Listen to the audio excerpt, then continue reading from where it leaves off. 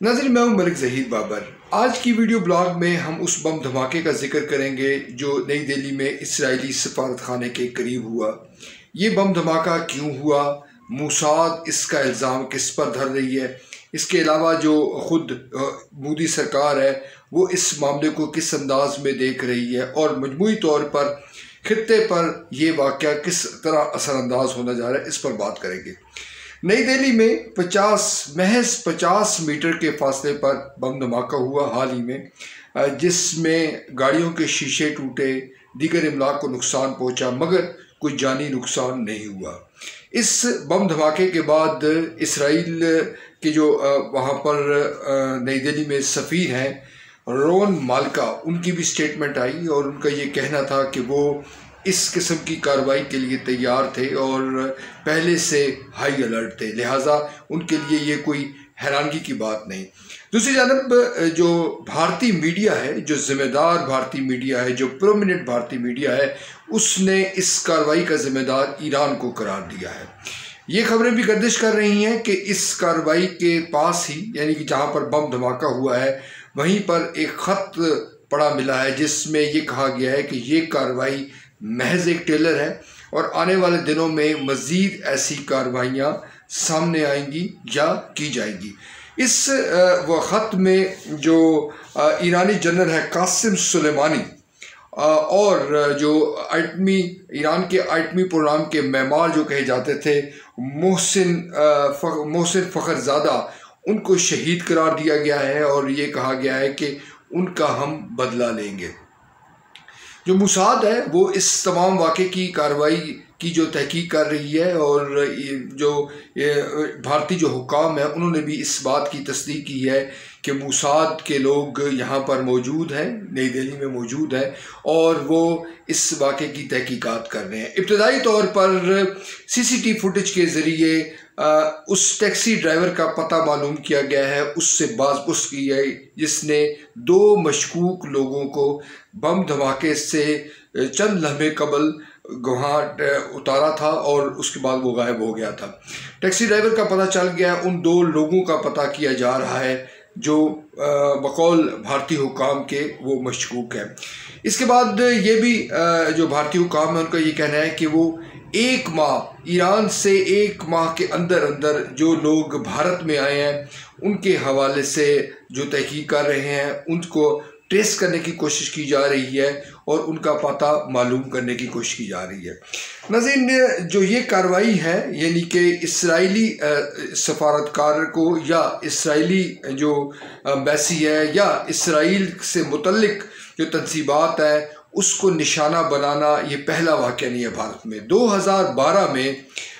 जो इसराइली सफारतकार थे उनकी अहलिया और उनका ड्राइवर और दीगर 2 लोग एक बम धमाके में ज़ख्मी हुए थे। उस वक्त के जो वज़ीर आज़म थे जो आज भी वज़ीर आज़म है यानी नेतन्याहू, उन्होंने इसका इल्ज़ाम आयद किया था ईरान पर कि ये ईरान की कार्रवाई है और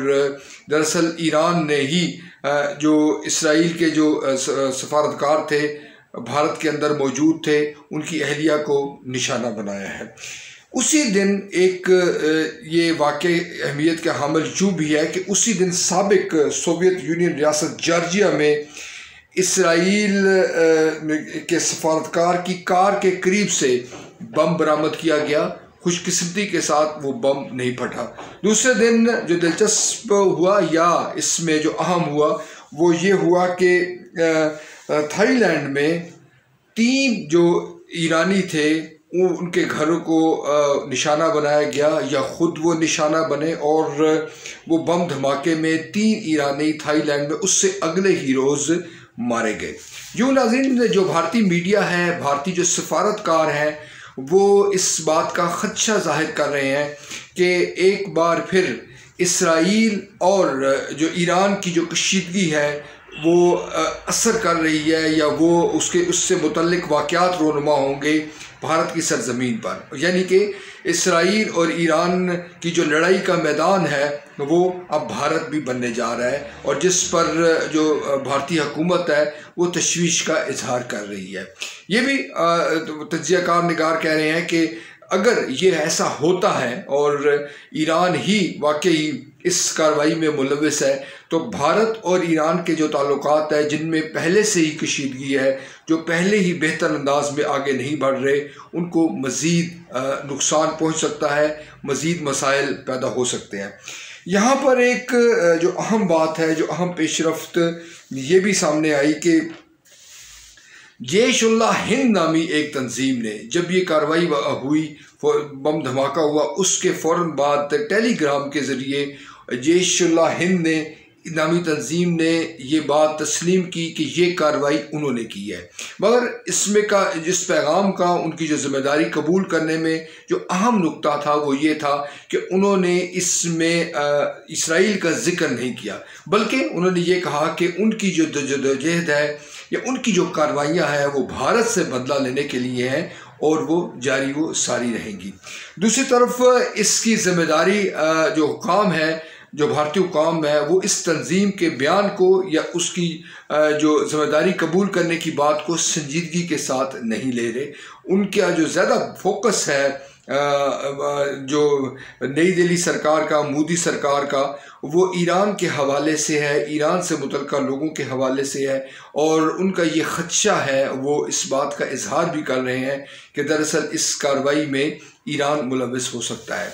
नाज़रीन, मशरिक़ वस्ता की जो सूरत हाल है वो किस तरह उससे भारत मुतासिर होगा, भारत के अंदर मज़ीद कार्रवाइयाँ होंगी, अगर होंगी तो क्या वाक़तन इसमें ईरान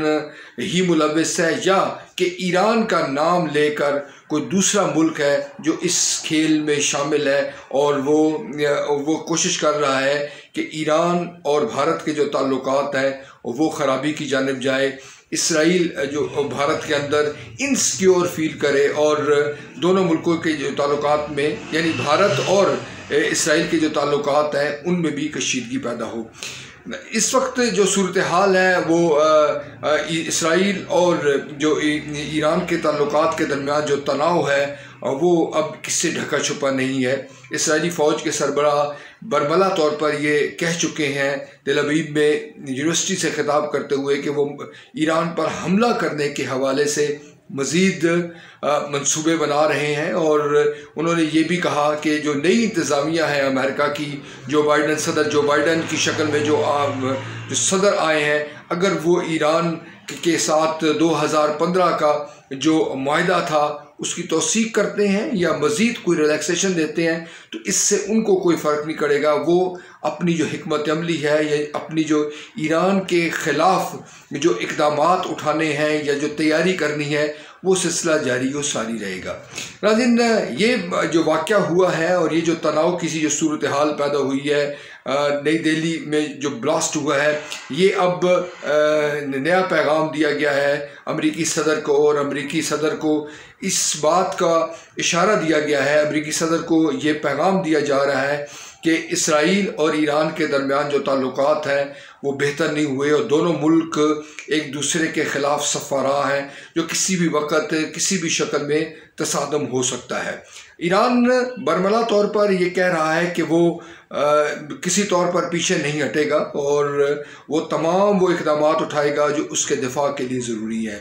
ईरान की जो फ़ौज के सरबराह हैं उन्होंने तेल अवीव की जो धमकी थी उसके जवाब में ये कहा है कि वो जो तेल अवीव के जो इसराइल के जो अहम शहर है उसको निशाना बनाएंगे और वो पूरी तरह तैयार है। अमेरिका हो या इसराइल हो, वो अपने मुल्क की हिफाजत करना जानते हैं। जनूबी एशिया में अगर ये मामला ऐसे उठता है, अगर दोनों मुल्कों में कशीदगी पैदा होती है तो इसके नतीजे में जो दीगर कुव्वतें हैं वो भी सामने आ सकती हैं। आपके इल्म में है कि चीन और नई दिल्ली के ताल्लुकात में पहले से तनाव मौजूद है और चीन बरमला तौर पर फ़लस्तीनियों की जो तहरीक है उसकी यूँ हमायत करता है कि वो बीजिंग का ये ख्याल है कि ये मामला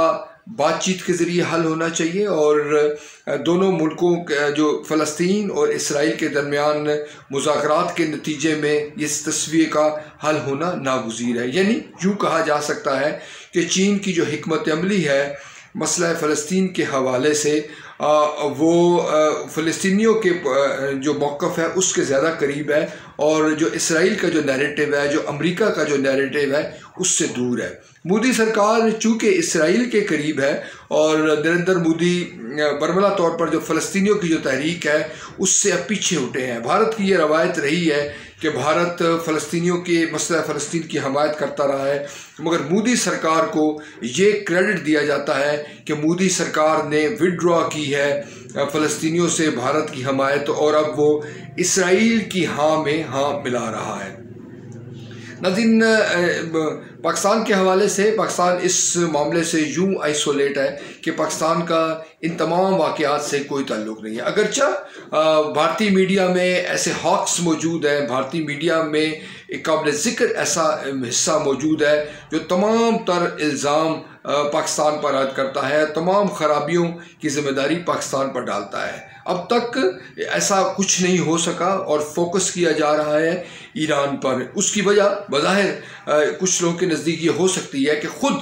इसराइल ये चाहता है कि ये मामला ईरान के खाते में डाला जाए, ईरान को मुर्द इल्ज़ाम ठहराया जाए और इस तासुर को मजबूत किया जाए कि इस कार्रवाई के पीछे नई दिल्ली में इसराइल की जो एम्बेसी के करीब जो बम धमाका हुआ है उसका ज़िम्मेदार ईरान है। नाज़रीन, इस जो भारत की जो सिक्योरिटी है, जो उसके सिक्योरिटी के इंतज़ामात हैं, उस पर भी इस बम धमाके ने एक बड़ा सवाल उठाया है। ये बम धमाका हाई सिक्योरिटी जोन में हुआ है जो प्राइम मिनिस्टर की रिहाइशगाह के बिल्कुल करीब है। सवाल ये है कि अगर जो भारत की जो खुफिया एजेंसी है, जो रॉ है या दीगर जो उसके इदारे हैं, वो इस इलाके को सिक्योर क्यों नहीं कर सके? क्या कहीं ना कहीं मोदी सरकार भी इस कार्रवाई में शामिल है? क्या मोदी सरकार की अशीराबाद से ये कार्रवाई अमल में आई है? ये ऐसे सवालात हैं जिसका जवाब शायद आने वाले दिनों में मिल जाए। मगर कुछ भी हो,